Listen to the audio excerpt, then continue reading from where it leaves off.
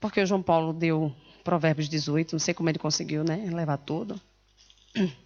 E nós vamos tentar dar 19 e 20, se der. Amém? Versículo 1. Eu vou ler alguns versículos, nós vamos nos deter em alguns versículos, mas como todos os outros provérbios que a gente viu até agora, é uma infinidade de riquezas. E engraçado é que quanto mais eu leio provérbios, mais eu me assusto, é até com provérbios que a gente já passou. Você pega assim, meu Deus, e a gente já estudou isso. Você lê, meu Deus, é uma riqueza, gente, é uma riqueza. Versículo 1 diz assim: melhor é o pobre que anda na sua integridade do que o perverso de lábios e tolo. 2. Não é bom proceder sem refletir, e peca aquele que é precipitado. Eu vou orar, amém? Deus, obrigada pela tua palavra, obrigada pelo teu ensino, obrigada por cada um dos meus irmãos que estão aqui. Deus, obrigada por mais um dia de estudo da tua palavra. Que seja o teu Santo Espírito a ministrar em nossos corações, abre o nosso entendimento, dá-nos sabedoria e discernimento, Pai. Em nome de Jesus, que seja verdadeiramente o teu Santo Espírito a nos ensinar, Pai. Cada uma desses versículos dessa tua palavra linda e maravilhosa, Pai, que todo nutriente que ela tenha, Pai, possa ser absorvido pelo nosso coração, em nome de Jesus. Amém. Amados, eu quero me deter no 2, que diz assim, em uma versão diz, assim como não é bom ficar a alma sem conhecimento, peca aquele que se apressa com os pés. Em outra versão diz, não é bom proceder sem refletir, e peca quem é precipitado. E eu quero parar aí nas atitudes precipitadas. Ou seja, assim como não é bom alguém ficar sem conhecimento, aquele que se precipita ou se apressa a fazer alguma coisa, seja o que for, a Bíblia diz que ele peca. Ou seja, não podemos ser precipitados. E a maioria das pessoas que são precipitadas, e eu sofro muito disso, são aquelas pessoas que têm aquela raiva que vem, que consome aquela raiva não, né, Alice? Ódio não, né? É ódio. Vem aquele sentimento que lhe consome, você quer agir, você quer fazer, você quer falar, você quer tomar uma decisão. E se você fizer nesse momento, a probabilidade de você tomar uma atitude precipitada é muito grande. Então eu quero chamar muita atenção hoje para as atitudes precipitadas. A maioria das nossas atitudes precipitadas vem por causa das nossas emoções. Aquele sentimento que consome, você vai e age. E a palavra de Deus diz que é pecado. Seja aquele que se apressa com os pés, como diz aqui a palavra do Senhor, seja aquele que se apressa com a boca, seja aquele que se apressa com as atitudes, a atitude precipitada é pecado. Ou seja, aconteça o que acontecer na nossa vida, nós temos que parar, esperar as emoções baixarem, às vezes até 1000, que você contou até 10, o negócio não passou. Esperar quando você sentir que aquele seu sentimento pesado já passou, é o melhor momento de agir. Porque quando nós agimos no momento da raiva, a probabilidade de falarmos coisas que não queríamos é grande, e depois as palavras soltas para pegá-las de volta é muito difícil. E uma outra coisa que eu quero chamar a atenção são as atitudes precipitadas perante até mesmo a suposta voz de Deus. E o que é isso? É o Deus disse, Deus falou, Deus profetizou, eu sonhei. É você pegar aquele sonho, aquela profecia que você ouviu de alguém, aquela visão que você ouviu e agir. E nós já aprendemos aqui que nem toda profecia que alguém lhe dá é de Deus. Quantas pessoas já profetizaram aqui nessa igreja? E a gente sabe que foi de emoção. A gente sabe que foi de emoção. Quantas pessoas tentam colocar a sua visão ou dar a sua opinião, dizendo que foi Deus, que Deus revelou. E se você for atrás disso, você cai. E muitas vezes quando você tem uma posição de decisão dentro da igreja, vocês futuros líderes e que vão ter, ou aqueles que já têm, o poder de decidir, é muito complicado. É muito complicado ouvir a opinião das pessoas e tomar uma atitude de acordo com a opinião das pessoas, ou a notícia que chega no teu ouvido. Vocês não imaginam como é perigoso. Chega uma notícia no teu ouvido e você vai agir. Cuidado. A maioria das vezes aquela notícia vem deturpada de acordo com a visão de quem lhe disse. É muito complicado. Quando você vai destrinchar e ver como foi realmente, você vai descobrir que não foi bem assim como chegou ao seu ouvido. Então, cuidado, não tomem decisões precipitadas pelo que viram, pelo que ouviram. Imagina que alguém chega para você e diz, olha, Deus disse ou Deus revelou. O que é que você tem que fazer? Me responda, que a gente já estudou isso. Ir à palavra? Também. O que mais? Orar? O que mais? Exatamente. Orar, ler a palavra e esperar a confirmação. Exatamente. E só agir depois que ouvir essa confirmação. A confirmação pode vir na hora da palavra, a confirmação pode vir na hora da oração, a confirmação pode vir por meio de outra pessoa, mas jamais ninguém vai profetizar para mim e eu vou agir de imediato, acreditando foi Deus. Porque a Bíblia diz que há muitas vozes. Há muitas vozes no mundo. Há a voz da emoção, há a voz da opinião, há a voz de Satanás, há a voz do falso profeta e há a voz de Deus. E há a nossa voz. Então, saber exatamente que aquela voz é a voz de Deus, a gente não sabe porque. Se aquela voz vier mandando a gente fazer algo que a gente até quer, foi Deus. E às vezes o inimigo vem e pega. Por isso que a maioria das vezes eu já ensinei a vocês. As minhas orações principais, aquelas que o inimigo não pode ouvir, é aqui na minha mente que eu faço. E aquelas que eu quero que Deus confirme algo acerca de alguém, acerca de um chamado, acerca de algo que está acontecendo e que eu não quero que o inimigo escute, é aqui que eu faço. E eu digo aqui dentro, Deus, confirma isso. Pai, se eu tiver certa, confirma. Se eu tiver errada nisso, porque eu não quero errar. Principalmente com as coisas relacionadas ao reino de Deus. Então, eu sempre peço aqui confirmação. E aí o inimigo não ouve aqui o meu pensamento. E aí quem vai me confirmar é Deus. Por isso é ficar atento a tudo que você ouvir. Mas muita gente pega uma profecia e precipitadamente vai e age. Eu já contei aqui milhares de vezes, não vou contar de novo. Do homem, já estou contando, que disse que Deus disse que olha para trás e vê a tua noiva, e quando ele olhou para trás era eu. Então ele me contando essa profecia, se eu fosse agir precipitado, eu já estava casada com ele. Vocês iam ter um pastor aqui mais maluco do que o pastor que vocês já têm. Não, ele é maluco. É verdade. Ou não, é verdade. Ah, pensei que era ou não a parte do maluco, mas não, ou não. É verdade. É verdade. Ou seja, você pega aquela profecia, e o pior, eu era nova convertida e fiquei, meu Deus, o que é? Será que isso é verdade? Será que não é? Aí fui conversar com o meu pastor, que por acaso também era maluco. Maluco em que sentido? Ele era muito brincalhão. E quando eu fui perguntar a ele o que é que ele fez, ele disse para mim, é verdade, minha filha. E foi me revelado também que ele disse, foi me revelado, eu disse, Deus me revelou, foi me revelado também que você vai casar com ele. Então, eu acreditei na brincadeira do meu pastor, que por trás contou para João Paulo e morreu de rir, porque eu estava achando que... Aí depois de eu sofrer um bocado, que eu não queria casar com aquele homem, é que ele me contou que estava brincando, quando ele disse que era verdade. Eu fiquei furiosa, mas graças a Deus nem casei, nem dei bola, pronto. Mas imagina se você vai atrás de uma profecia, meu Deus do céu, tem que esperar, não podemos agir precipitadamente, temos que esperar a confirmação. Se alguém chegar para você e der uma orientação, olha, Deus disse para você sair desse emprego, Deus disse para você sair dessa cidade, Deus disse para você largar esse namorado, seja lá o que for, não vá atrás disso.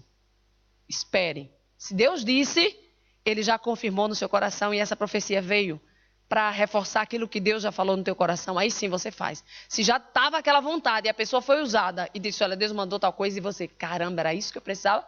Vá. Se foi confirmação, vá. Mas se foi algo novo que você nem estava a pensar nisso, espere. Em nome de Jesus, porque muitas atitudes precipitadas são tomadas por causa dessas profecias ou profetadas. Amém? Alguém tem alguma coisa a perguntar sobre isso?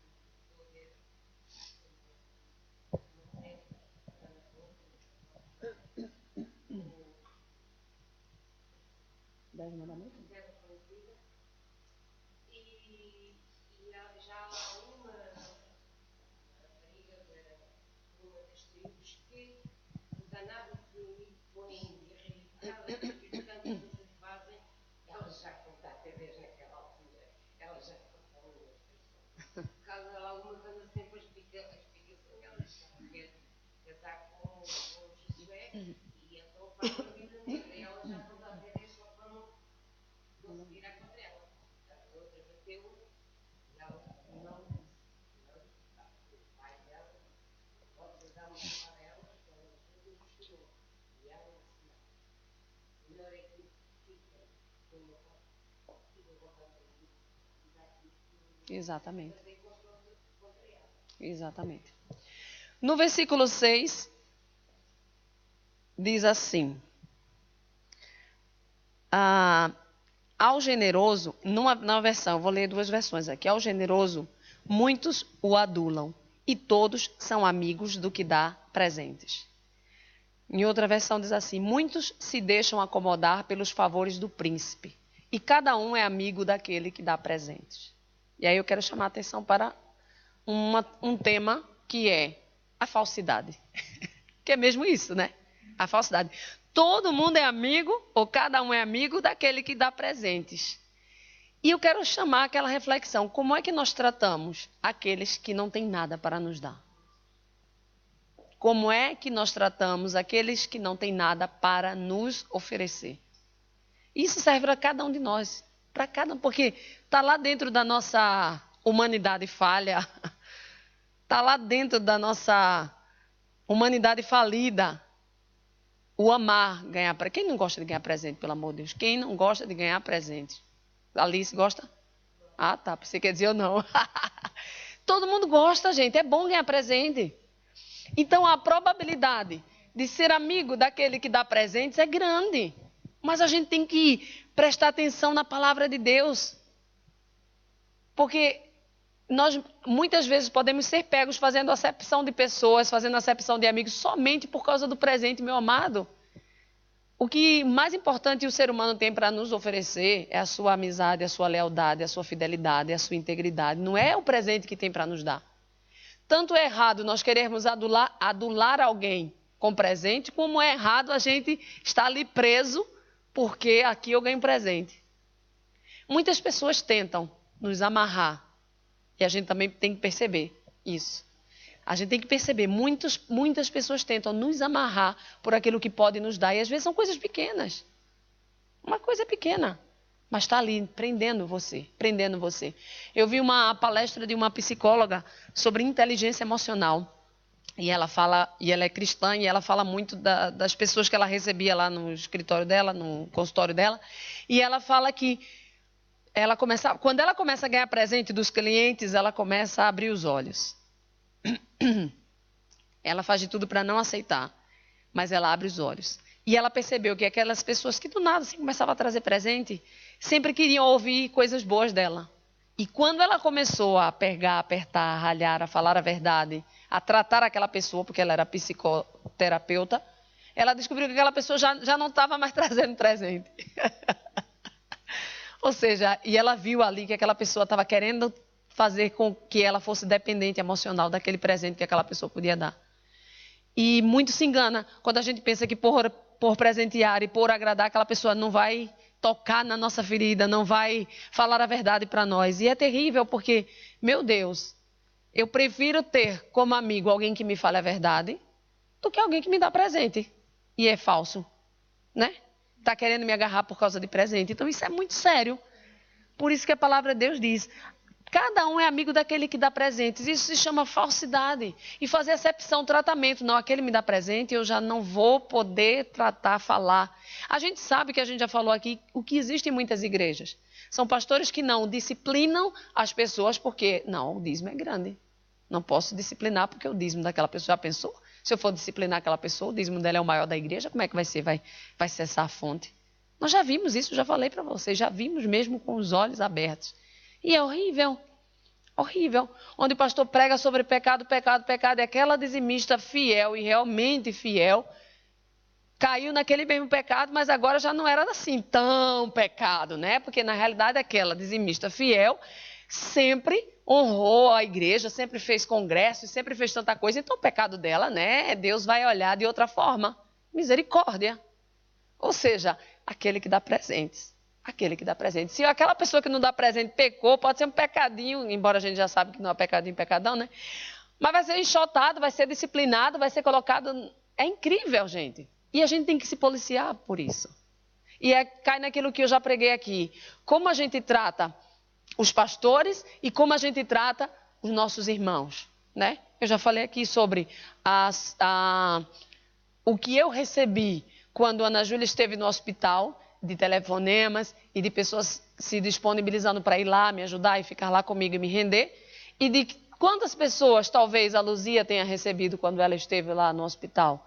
Quantas pessoas ligaram para ela, ou para o Leandro, que agora está doente, ou para a Mila, que... Quantas, né? Então, se a nossa vontade é mais para aqueles, são eles, são os pastores, e o nosso irmão? Deus está vendo. Deus está vendo e somos todos iguais. Porque o pastor tem algo para me oferecer, espiritual, liderança e tal. E o irmão? Então, todo esse tipo de acepção, gente, é pecado. E o melhor de tudo é que Deus vê. Amém? Versículo 10. Ao insensato,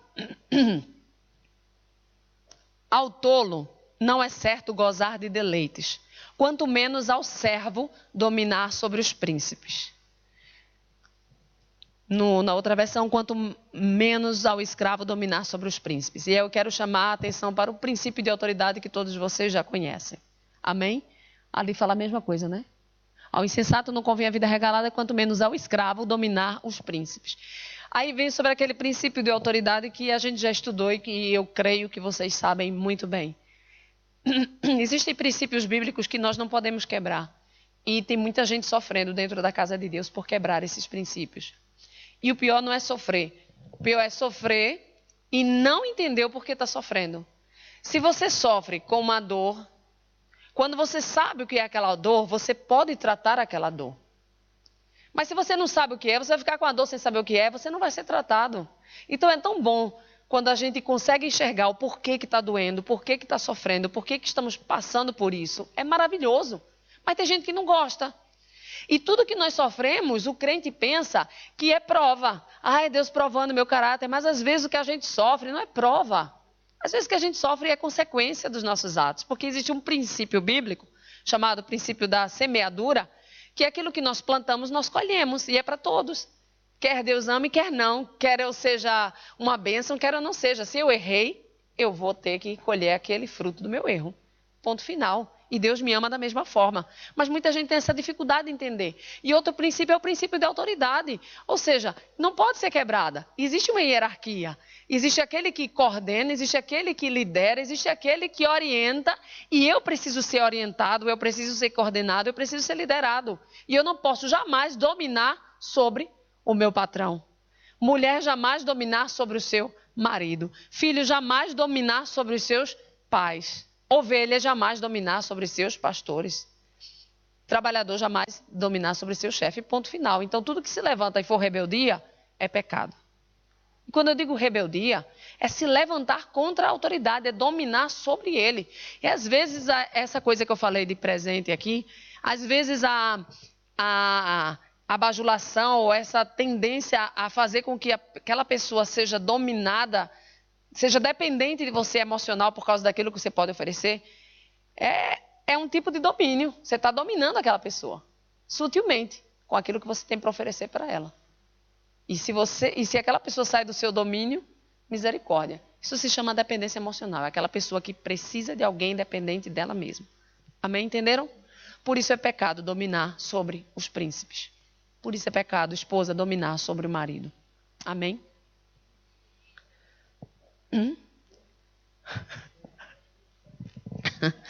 Versículo 13.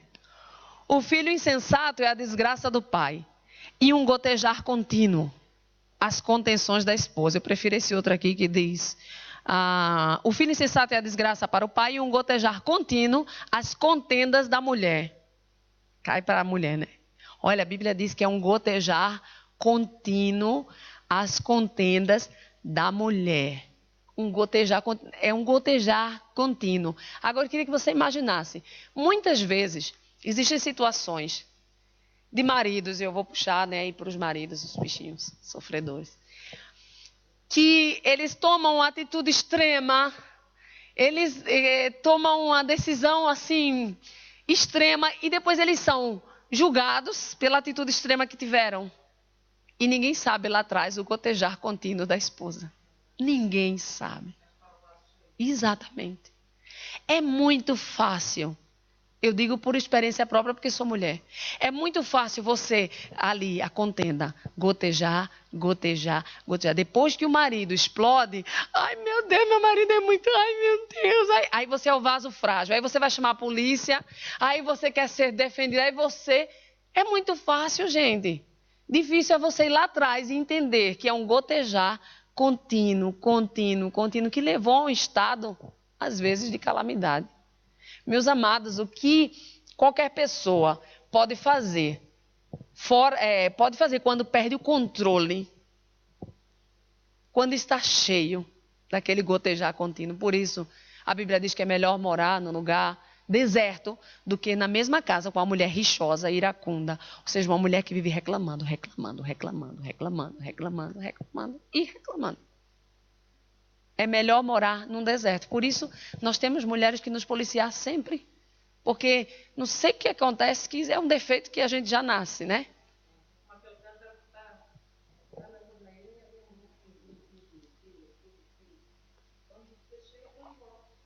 Pois é.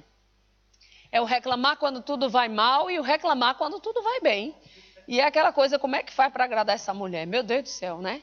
Eu vi uma vez um livro sobre como agradar a mulher, um livro enorme. Como agradar o homem era uma folha só, como agradar a mulher era um livro enorme, coitado, e tinha um manual para poder entender o livro. É complicado. Então, as mulheres têm que estar sempre mentalizando, meu Deus do céu, Senhor, eu não posso deixar os meus hormônios, eu não posso deixar meus hormônios destruir meu casamento, destruir minha casa, destruir minha alegria, eu não posso ser essa mulher rixosa, essa mulher iracunda que vive reclamando, que vive dominando, que vive... Não posso. Diga, filha. Olha, pronto, aí, tá vendo? De quê? Ele tem que saber o que ele está levando para casa? Olha, a gente vai chegar num versículo que...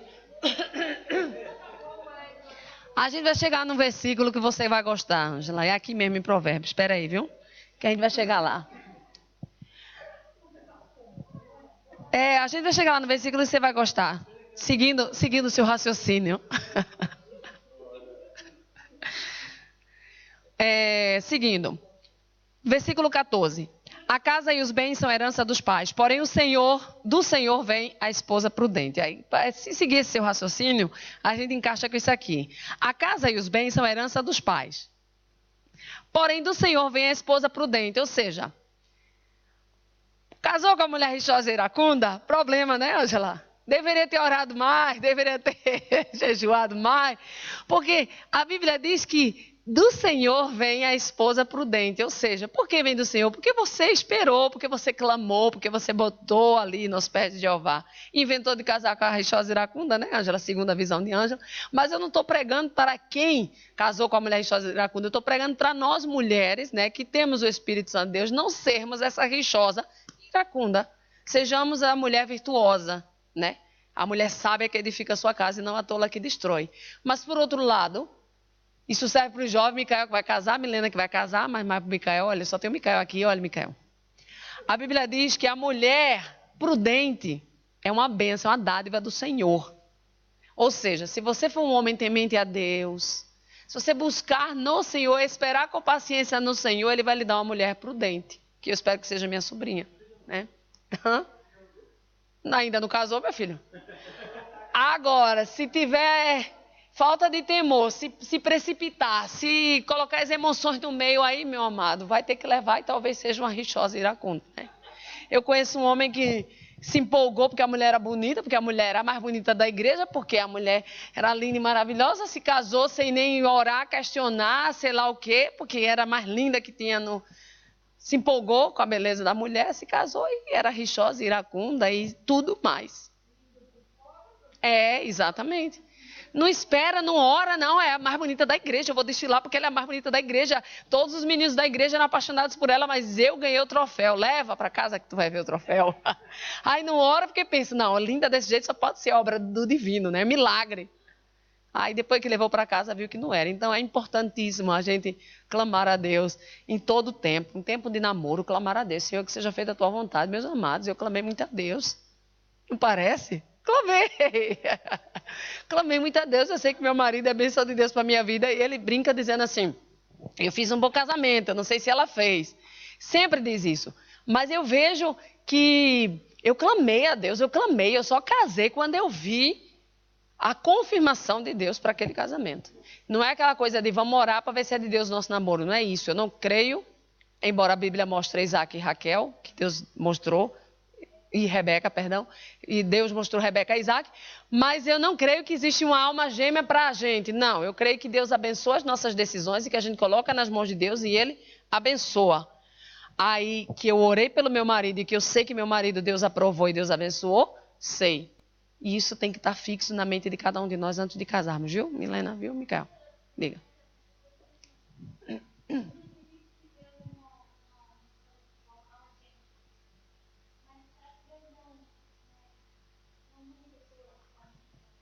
Com certeza.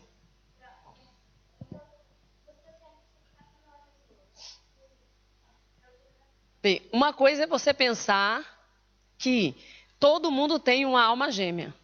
Isso aí a Bíblia não mostra. Mas que Deus sabe como você é, que Deus sabe, dentre todo mundo da terra, a probabilidade daquela pessoa, de tipo, não, eu vou, olha, Milena é estressada, eu vou arranjar alguém mais calmo, uma coisa. Que Deus faz a junção correta, Deus faz. Aí, é claro, cabe a nós seguirmos digamos que aquele conselho que Deus dá, aquela orientação de que Deus dá, de que aquela pessoa junto conosco seria a bênção. Ou então, um plano que ele tenha, porque, por exemplo, especificamente falando do meu caso, o plano que Deus tinha para Portugal é visível por quê? Porque antes de casarmos, antes de Tiago me conhecer, Deus profetizou que ia levar ele para o outro lado do oceano. Antes de eu conhecer Tiago, eu era noiva de outro rapaz, Deus me disse que ia me levar para o outro lado do oceano. Então Deus já tinha um plano para mim e para Tiago, percebe? E aí ele trabalhou, sim, exatamente. Exatamente, mas o que eu digo é que não é assim, que não é uma regra, percebe? Tipo, ai, Tiago, a minha alma gêmea, não é uma regra. Deus vai unindo as pessoas de acordo com o seu plano. Agora, e aquelas pessoas que casaram e se deram errado, e deram errado, foi o quê? Era o quê? Tá entendendo? Se o plano é tão perfeito de Deus, por que aquelas pessoas casaram e não deu certo? Por que aquelas pessoas casaram e não deu certo e depois houve um segundo casamento e deu tudo certo? Então, essa história de alma gêmea é complicado. Eu creio na bênção de Deus, creio também que Deus pode unir pessoas como uniu a minha, Tiago, a Rebeca e a Isaac e muitas outras pessoas que Deus une, tenho certeza. Mas não é esse joguinho de alma gêmea e cada um tem a sua alma gêmea. E se você deixar sua alma gêmea passar, acabou, pronto, você não tem mais a probabilidade de encontrar outra alma. Não, isso aí é muito esoterismo e não combina com a palavra de Deus. Amém? Versículo 15. A preguiça faz cair em profundo sono, e a alma indolente padecerá fome. Eu sei que a palavra de Deus aí está se referindo ao trabalho. A pessoa dorme demais, como é que vai, né, comer, trabalhar, se alimentar? Ou seja, não seja preguiçoso, é aquilo que a Bíblia diz. Vai ter com a formiga o preguiçoso, mas eu quero chamar para um outro lado. Em Provérbios capítulo 20, versículo 4, diz assim: o preguiçoso não lavra por causa do inverno, pelo que, na cega, procura e nada encontra. No capítulo 20, versículo 13, diz assim: não ames o sono, para que não empobreças. Abre os olhos e te fartarás do teu próprio pão. Eu quero chamar a atenção para outro pão, que não é o pão de cada dia, que é o pão vivo que desceu do céu. Eu quero que vocês leiam a preguiça, leiam o sono, leiam a fome em relação à palavra de Deus. Porque tem muita gente dentro da igreja preguiçosa.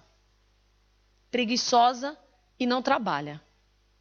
Não trabalha espiritualmente. Não lê a palavra de Deus.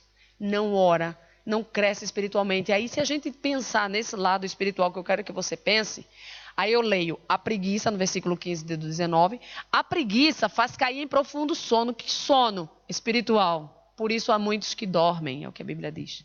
Não estão acordados para as ciladas de Satanás. Não estão acordados para a voz de Deus. Estão dormindo.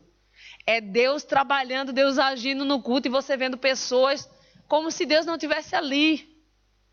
São palavras maravilhosas, cheias do poder e você está ali, caramba, que palavra. E você vê que tem pessoas no mesmo espaço, no mesmo ambiente, no mesmo agir de Deus que estão O que eu estou fazendo aqui? Profundo sono. Não sentem, não experimentam. Então, Deus tem experiências com pessoas no mesmo espaço e com outras não, porque aquelas outras estão em profundo sono porque tem preguiça. Preguiça de ouvir a palavra que está sendo pregada. Preguiça de se dedicar à leitura da palavra de Deus, à oração, à comunhão. Preguiça de continuar naquele ritmo que você um dia se propôs. Olha, esse ano eu vou orar todos os dias de manhã. Preguiça, não acorda? Quando acorda já é na hora de trabalhar e corre. Esse ano eu vou para todas as quintas-feiras lá, eu vou orar com as minhas irmãs porque eu não estou fazendo nada. Preguiça, profundo sono, não continua, não faz. E aí a Bíblia diz que a alma indolente padecerá fome. Eu quero ouvir a voz de Deus, mas eu não ouço, estou com fome. Quero me alimentar de Deus, eu quero sentir Deus, eu não sinto, porque eu estou com fome. Se eu não busco esse pão diário, se eu não busco, e meus amados, é difícil. É difícil você seguir um padrão, é difícil você se disciplinar, é difícil você começar um devocional. Devocional é a palavra certa. De você, é esse momento meu e Deus, é esse momento que eu não vou atender telemóvel, é esse momento que eu vou me dedicar, é esse momento que eu vou ler, é esse momento que eu vou. É meu e Deus. É difícil, mas quando você consegue, você vai. Mas a preguiça faz com que a gente caia em sono, faz com que chegue o momento da seca, e a gente não tenha nada, nada. A gente não juntou. A nossa cisterna está rota, foi embora, a gente não juntou nada. Vamos padecer fome. Preguiça de ouvir, preguiça de ler a palavra de Deus. Essa é a palavra, preguiça. Por isso desperte, igreja, enquanto há tempo, em nome de Jesus, que Jesus está voltando. Amém? A política está mostrando aí que Jesus está voltando. Versículo 17, capítulo 19, diz: quem se compadece do pobre, empresta ao Senhor, e este lhe paga o seu benefício. Aí eu quero chamar a atenção para algo importante que todo mundo já sabe, meu amado. Tudo que nós fazemos, financeiramente falando, para alguém que está necessitado, Deus retribui de certeza absoluta. Absoluta. E é bom a gente ficar atento para isso, porque muitas vezes a gente espera uma retribuição e nem percebe que Deus deu de outra forma. Deus deu de outra forma. Quando a gente tem os olhos atentos, a gente vê o mover de Deus, a gente sente fogo, Deus está retribuindo por causa daquilo. Mas quando a gente não tem, a gente fica à espera de algo sobrenatural e... exatamente. Por isso, meu amado, preste atenção, toda vez que você abençoa um necessitado, você está é como se você estivesse emprestando a Deus, é o que a Bíblia diz. É que você, olha Deus, é para ti. E quando você empresta, Ele vai te devolver. Por isso que é empréstimo, Ele vai te devolver. Quando você dá a alguém, você está emprestando a Deus. E Ele vai lhe devolver, porque Ele é fiel. Amém? Por isso, em nome de Jesus, é por isso que a avareza não combina com o povo de Deus. Não combina com o povo de Deus. Porque de todas as formas, a gente aprende a bênção que é dar. A bênção que é abençoar. Amém?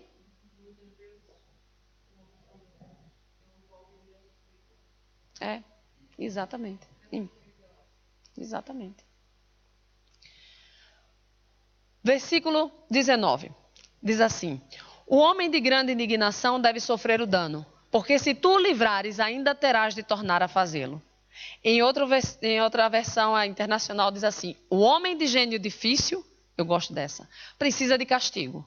Se você o poupar, terá que poupá-lo de novo. Olha, quero que vocês prestem atenção.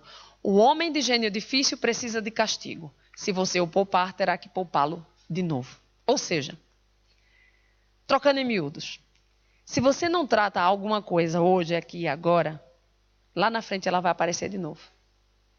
Tratar, castigo. Se você não trata hoje, lá na frente vai aparecer de novo. É isso que a Bíblia está dizendo. Se você o poupá-lo, terá que poupar de novo. Ou seja, ele está falando de homem, ele está falando de adulto, ele não está falando de criança. Ou seja, eu quero chamar a atenção para a disciplina, para a correção. Correção que Deus nos dá, correção que os pastores nos dão, correção que a vida nos dá. E é boa, é válida, serve para a gente crescer. E muitas vezes nós não entendemos. Na própria igreja, existem pessoas que entram em disciplina. E eu sei que não é em toda igreja que isso acontece. Porque qual é o pastor que vai querer disciplinar a ovelha? Hoje em dia, qual é o pastor que vai querer disciplinar a ovelha e perder a sua ovelha? Porque nem toda ovelha é disciplinável, né? Existe a ovelha negra, existe a ovelha rebelde, existe a cabra disfarçada de ovelha, existe tudo. Qual é a ovelha que vai gostar de ser disciplinada, igreja? Qual é? Então não é toda igreja que disciplina, não. E o que é uma disciplina, pastora? Talvez tem pessoas aqui que não sabem o que é ser disciplinado. E qualquer um aqui está sujeito a disciplina, por ser ovelha. Disciplina é quando alguém se porta mal, ele vai ser corrigido, ele vai ser disciplinado. E a correção quem vai dar são os pastores, orientada por Deus. Isso pode acontecer com qualquer pessoa na igreja. Eu conheci um casal de pastores que eu não faria o que eles fizeram, mas eles fizeram. Disciplinou toda a igreja e ninguém tomou da Santa Ceia. Ficou sem Santa Ceia durante meses. Quando eu perguntava, é Santa Ceia? Não, a igreja está em disciplina, não tem Santa Ceia. Está na internet, tá, Micael? Não, tudo bem. Sem Santa Ceia, imagine. Foi a disciplina que o pastor decidiu para aquela igreja. E é claro, como eu disse, tem igrejas que não disciplinam. E aí continua sempre aquele pecado, aquele erro que não há correção. A disciplina é boa para colocar as pessoas no lugar. Para que as pessoas saibam que a igreja é uma organização, é mesmo um corpo, é um organismo, e tem ordem. E tem ordem. O nosso corpo humano, ele sofre disciplina, a gente sabe. Se a gente vai fazer algo que o nosso corpo não pode, a gente é disciplinado. Vem aquela dor ali, você lembra que não pode mais fazer tantas coisas? Aí a disciplina, a correção. Você come demais e sabe que comeu muito. Vem a disciplina, vem a correção, vem a azia, vem a má digestão. Tudo é correção. Imagina na casa do Senhor. Imagina as coisas de Deus. Então, meus amados, ser disciplinado por um pastor é normal. É bíblico. A Bíblia diz. Sabe o que a Bíblia diz? Que o apóstolo Paulo disse, olha, aquele que for crente, disser que é crente, for bebarrão, avarento, e tem uma lista enorme, com esses vocês nem comam. Em outro versículo ele diz, olha, aquele que fez um mal dentro da igreja, e ele diz lá qual foi o mal, excluam ele da igreja. Excluam. Agora, não por muito tempo para não causar tristeza nele. É o que o apóstolo Paulo diz. Não por muito tempo, que é para não causar tristeza nele. Excluam. Vê, hoje em dia a gente vai excluir alguém. A gente não é de Deus, a gente é do cão, a gente é muito rígido, a gente está julgando e só quem pode julgar é Deus. É a desculpa de hoje em dia. É a desculpa de hoje em dia, mas a gente tem que ser alicerçado no que a palavra de Deus diz. Por isso a disciplina, a correção, vem de Deus. Foi Deus quem mostrou. Se a gente não poupar hoje, e ele fala aqui do homem de gênio difícil, esse principal, aquele de gênio difícil é o rebelde, é o que está sempre certo, é o que às vezes é soberbo, é o que quer controlar, é o que quer mandar na igreja, quer dominar um grupo, precisa de castigo. Se você poupar, vai ter que poupá-lo lá na frente. E às vezes na nossa vida, nós nos deparamos com situações e nós temos que fazer algo, porque se a gente não fizer, vai voltar. Aquilo vai voltar. Se a gente não resolver um problema hoje, vai voltar. E a gente fica ponderando e fica, não, vou deixar para depois, não, porque... E a gente confunde muito o que é amor com o que é tomar uma decisão, uma determinação. A gente pensa que crente... Eu não sei o que é que passa na nossa cabeça, na maioria de nós. É algo que é assim... É como se crente fosse um bando de totó que tivesse que é o amor, é um amor lindo, é um amor maravilhoso, e todos nós abraçados e animados. E quando eu olho para Jesus, olhando para Pedro e dizendo, sai daqui, Satanás, que me serve de escândalo, eu não quero esse Jesus, porque esse Jesus é duro, não é o Jesus de amor. Quando eu olho Ananias e Safira retendo o dízimo e morrendo, eu não quero esse Deus, porque esse Deus não é Deus de amor. Então as pessoas não sabem o que é o Evangelho de Deus, as pessoas não sabem o que é o amor. Não sabem, e eu quero que em nome de Jesus vocês saibam o que é o amor de Deus. Não tem nada a ver com esse amor de 2 beijinhos, esse amor falso de amigo, de presente no Natal, amigo secreto. Não é esse amor. Não é esse amor. Nossa, imagina. Jesus chutando as pombas, as coisas. Com chicote, destruindo. Que homem, irou, deixou entrar no coração dele. Por que entrar assim, em um lugar que a pessoa estava vendendo? Ainda que eles estivessem errados, é Deus quem julga.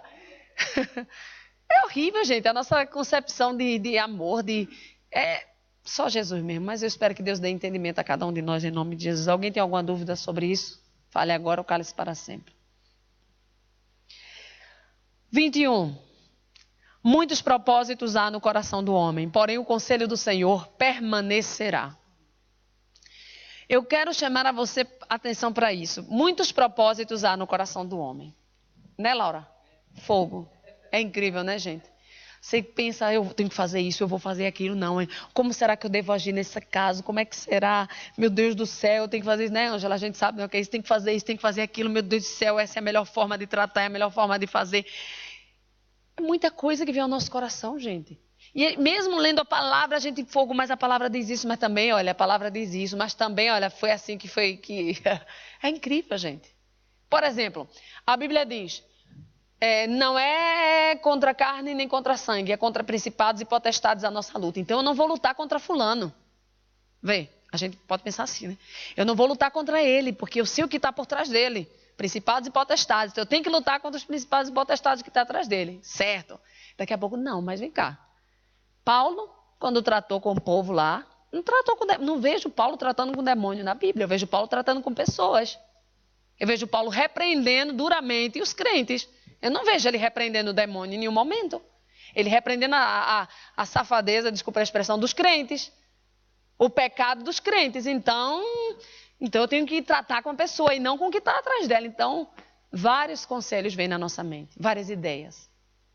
E a gente não sabe muitas vezes como agir na maioria das coisas. Mesmo usando a palavra de Deus. Mas o que eu acho interessante e tremendo é que o conselho do Senhor permanecerá.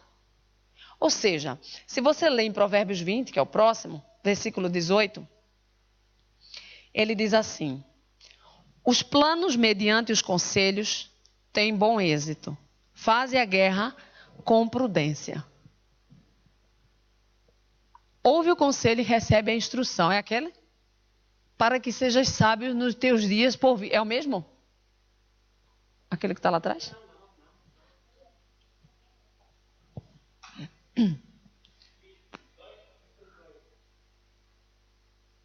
Os planos mediante os conselhos têm bom êxito. É o mesmo que o meu. Faze a guerra com prudência. Alguém tem algum diferente do meu?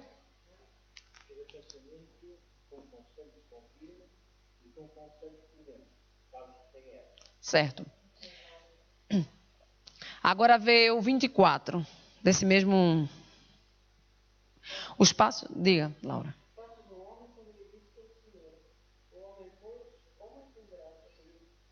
Exato.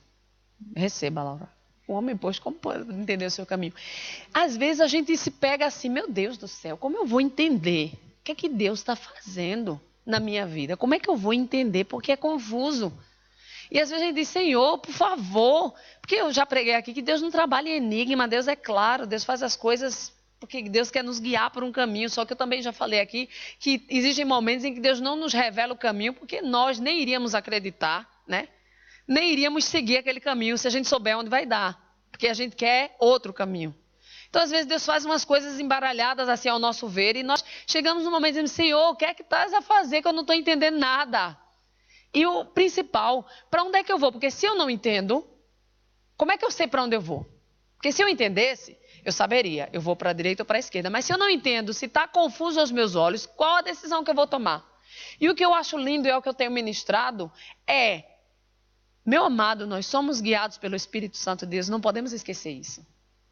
Ainda que não estejamos entendendo nada, ainda que esteja uma bagunça, estejamos ali, Senhor, me ajuda, nós temos que acreditar que somos guiados pelo Espírito Santo de Deus, porque o Espírito Santo de Deus habita dentro de nós. E se ficarmos muito tempo, eu não sei, vou para a direita ou vou para a esquerda, meu pé quer ir para a esquerda, mas meu coração, se a gente ficar muito tempo perdido assim, a gente vai perder tempo mesmo. E eu já expliquei uma vez aqui na igreja há muito tempo que nem tudo eu preciso ficar dizendo, Deus, para onde é que eu vou? Para a direita ou para a esquerda? Preciso, Senhor, eu vou tomar uma decisão, me abençoa na minha decisão. Se não for a tua vontade, Pai, me barra. Eu quero parar. É colocar nas mãos do Senhor. E aí eu tomo minha decisão. Eu vou para a direita ou para a esquerda, acreditando que eu sou guiado pelo Espírito Santo de Deus. Eu tenho que acreditar nisso, meu amado. Se eu não for guiado pelo Espírito Santo de Deus, meu Deus do céu.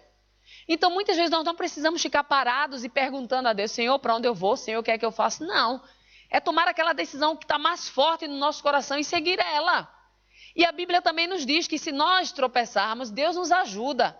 Deus nos leva de volta para o caminho certo. Essa é a função do pastor. Ele vê a ovelha indo para um caminho errado, ele traz ela de volta. Então, se eu tomar uma decisão que não é a decisão de Deus, Deus vai me trazer de volta para o caminho certo. Então, essa certeza eu tenho que ter no meu coração. E assim eu posso decidir todos os dias e não ficar à espera que Deus responda. Deus confirma, Deus faz alguma coisa, eu devo ir, eu devo não ir. Não, eu vou tomar a decisão.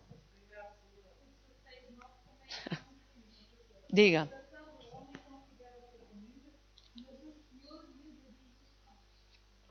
Exatamente. Exatamente. Aí, quando eu leio o conselho do Senhor permanecerá, como eu sei qual é o conselho do Senhor? Primeiro, Deus não é Deus de confusão. Tudo que causa confusão, contradição, indecisão, não vem de Deus. Está ali alguma coisa, ou minha carne, ou capiroto dos infernos, mas não é Deus. Deus não é Deus de confusão. Deus é um Deus de verdade, a verdade vem dele. E quando ele fala, aquilo que ele leva, promove a unidade, não promove divisão, não promove conflito, a não ser que seja, né, aquilo que Jesus disse, eu vim para trazer guerra e não para trazer paz. Não causa quebra de unidade, não causa divisão. O que Deus faz é com clareza, ainda que eu não esteja entendendo, é com nitidez, com o fim de que você siga, de que você vá. Só que muitas vezes, é como eu disse, a gente não quer entender, porque não é aquele caminho que a gente quer seguir. Não é. Eu sou uma pessoa prova disso, viva, de que aquilo que eu não quero, isso eu faço. Porque é incrível como os caminhos que Deus trilhou para mim na minha vida são diferentes totalmente do caminho que eu trilhei para mim. Tanto que hoje eu estou numa posição em que não era aquela que eu planejei para mim, mas é a que Deus planejou para mim. Porém, quando eu me converti, o primeiro pastor que eu tive, ele disse para mim que Deus estava mudando o meu nome para Israel, que significa luta com Deus. Israel lutou com Deus e prevaleceu. E quando ele diz, e ele me explicou na época, que luta com Deus era mesmo luta com Deus. Olha, não sairei daqui se tu não me abençoar. É aquela coisa de estar ali, não é a rebeldia contra Deus, é aquilo que Jacó passou com Deus. E tudo na minha vida, até hoje, é aquela luta. Mas Deus, por quê? E quando eu vejo o caminho traçado, é aquele. E eu vou e eu sigo. E depois eu tenho paz e alegria e amor. Mas não normalmente é o caminho que eu tracei, é o caminho que eu escolhi. Não. É Deus que leva. E o engraçado é que Deus leva por caminhos que, se Ele me mostrasse como seria, talvez eu não seguisse, né? Por exemplo, se Ele me mostrasse que eu iria viver para sempre em Portugal, para sempre, modo de dizer, eu não teria vindo. Porque quando eu vim, eu disse, mamãe e papai, são 3 anos de doutoramento, daqui a 3 anos eu volto. Foi esse o meu plano, mas Deus já sabia, e Deus não me revelou tudo, que se Ele me revelasse, na minha visão limitada da época, eu não queria vir viver para sempre em Portugal. Certo? Entenderam, né? Pronto. Onde é que eu estava mesmo? Então, o conselho de Deus não traz confusão. Depois, aquilo que eu falei, eu tenho que esperar a confirmação e saber qual é o conselho do Senhor. Agir somente com a confirmação de Deus. Não tem nada a ver com o que eu falei agora de tomar as decisões do nosso dia a dia. Eu estou a falar de coisas grandes, é uma viagem, é um casamento, coisas grandes, eu tenho que ter essa confirmação de Deus. Porque vai vir muitas coisas no nosso coração, mas aquilo que o Senhor quer permanece para sempre. E depois, aquilo que Deus diz não cai por terra. Aquilo que Deus diz permanece para sempre. O conselho do Senhor, o caminho do Senhor, aquilo que o Senhor mandou a gente traçar, ele não cai por terra. Se foi de Deus, não cai por terra. Se foi do homem, vai cair. Amém? Tudo que Deus prometeu, toda a profecia que você ouviu que foi de Deus, toda a promessa de Deus aqui na palavra, ela vai se cumprir, ela não cai por terra de jeito nenhum. Amém? É por isso que nós temos que nos apegar à palavra de Deus, ler a palavra de Deus, ler as promessas de Deus. Esse livro de Provérbios, o capítulo 20, que nós vamos entrar na próxima semana, tem promessas que eu digo, meu Deus do céu, tem promessas que a gente pensa às vezes, as promessas são coisas boas. Às vezes as promessas são, no versículo 7 do capítulo 20 diz assim, o justo anda na sua sinceridade, bem-aventurados serão os seus filhos depois dele. Isso é uma promessa maravilhosa. Bem-aventurados serão nossos filhos, filhos dos justos. Então, ler a palavra de Deus, nos faz saber exatamente o que Deus tem preparado para nós e ter a certeza que a palavra dele não cai por terra. Se ele prometeu, ele vai cumprir. E se nós nos fixarmos na palavra de Deus, nós conseguimos lutar, nós conseguimos vencer, porque vai ter dias na nossa vida em que vai ser difícil. Vai ter dias na nossa vida em que o inimigo vai vir, o mundo vai vir, as circunstâncias vão vir tentando tirar a gente daquele alvo. O alvo é esse, olha, o que Deus tem para nós é isso.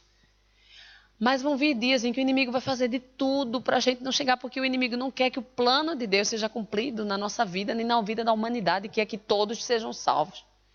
Aí ele vai tentar, por isso que a Bíblia diz claramente, para nós estarmos firmes, resistir o diabo e fazer com que ele fuja de nós. Porque Deus sabe que as artimanhas do diabo são pesadas. Mas Deus acredita que nós somos fortes e já vencemos o maligno. Mas o crente que não lê a palavra nem sabe o que tem aqui na palavra de Deus. Não sabe a herança. É aquilo que João Paulo disse sobre a Aparecida. A pessoa tem duas opções. Ou pegar uma situação e ver, o meu genro foi demitido e eu não posso fazer mais nada, né? Que pena, ó Senhor, foi a tua vontade. Ou eu posso imprimir o currículo dele e orar, e clamar, e chorar, e acreditar que aquele que pede, recebe, que aquele que busca, encontra. Então eu tenho duas opções. Mas eu só tenho essas duas opções se eu conheço a palavra. Se eu leio a palavra e se eu tenho fé. Se eu não tenho, eu vou dizer, que pena, céus, vida, aconteceu isso. E Deus nos chama para viver em fé, gente. Deus nos chama para um nível maior. Deus nos chama para um nível maior e nós precisamos viver esse nível maior, porque o conselho do Senhor não cai por terra, ele permanecerá. Por isso eu creio em todas as profecias que Deus tem para nós. Eu creio e todos os dias eu trago à minha memória, porque essas profecias me dão esperança. O que Deus tem para a plenitude da palavra, o que Deus tem para a Oliveira do Bairro, o que Deus tem para a minha vida, todos os dias eu tenho que rebobinar aqui a fita, porque é antigo, né? Fita ainda, para eu poder ganhar força e continuar. Espero que você faça isso para a sua vida, porque tudo que Deus disse que daria, tudo que Deus disse que faria, Ele fará em nome do Senhor Jesus. Amém? Vamos ficar de pé e vamos orar em nome de Jesus. Pai, obrigada pela tua palavra, Deus, obrigada pelo teu conselho, obrigada pelo teu ensino, Senhor. Pai, em nome de Jesus, perdoa, Deus, das vezes que pensamos que tu não falas conosco, Deus, das vezes que pensamos que tu nos abandona, Pai, das vezes que pensamos que tu não estás trabalhando, Senhor. Em nome de Jesus, perdoa as nossas murmurações, Senhor. Nos ajuda a confiar em ti, nos ajuda a esperar em ti. Pai, eu te clamo em especial, Pai, coloca no coração dos meus irmãos fome de ti, fome da tua palavra. Tira toda a preguiça, Pai, tira todo o descaso, Senhor. Que em nome de Jesus hajam crentes, Deus, que leem a tua palavra, que oram, Pai, que te conhecem, Deus, que entram nas regiões celestiais. Levanta um povo forte, Deus, uma nação poderosa nessa terra, Pai. Em nome de Jesus, Deus. Nos dá uma noite de descanso, Senhor, Deus. Cura aqueles que estão doentes, ó Pai. Restaura aqueles que vão trabalhar nessa madrugada, Deus. Livra de todo mal, livra de todo acidente, Senhor. Que amanhã seja um dia de prosperidade, Deus. Que amanhã, Deus, seja um dia de bênçãos, de livramento, Pai. Abençoa aqueles que vão trabalhar amanhã. Livra de todo mal, Pai. Em nome de Jesus, abençoa as crianças que vão para a escola, Senhor. Livra elas de todo mal, Senhor. Em nome de Jesus, nós te agradecemos, te louvamos, te rendemos graça em nome de Jesus. Senhor, que domingo, Pai, venham mais visitantes, ó Pai, traz a Rosa e traz a irmã dela, Deus, traz mais pessoas para esse lugar, continua trazendo a Ana e o Davi, traz o Carol e Maurício, Senhor, traz, Deus, em nome de Jesus, a Eduarda e a Vera, Pai. Traz, Deus, cada um dos nossos irmãos que nós temos pago um preço de oração nesse lugar, Senhor. Que a tua casa seja cheia, Pai, da tua glória, seja cheia de almas rendidas aos teus pés, em nome de Jesus. Amém. Amém? Vamos em paz e quinta-feira tem mais.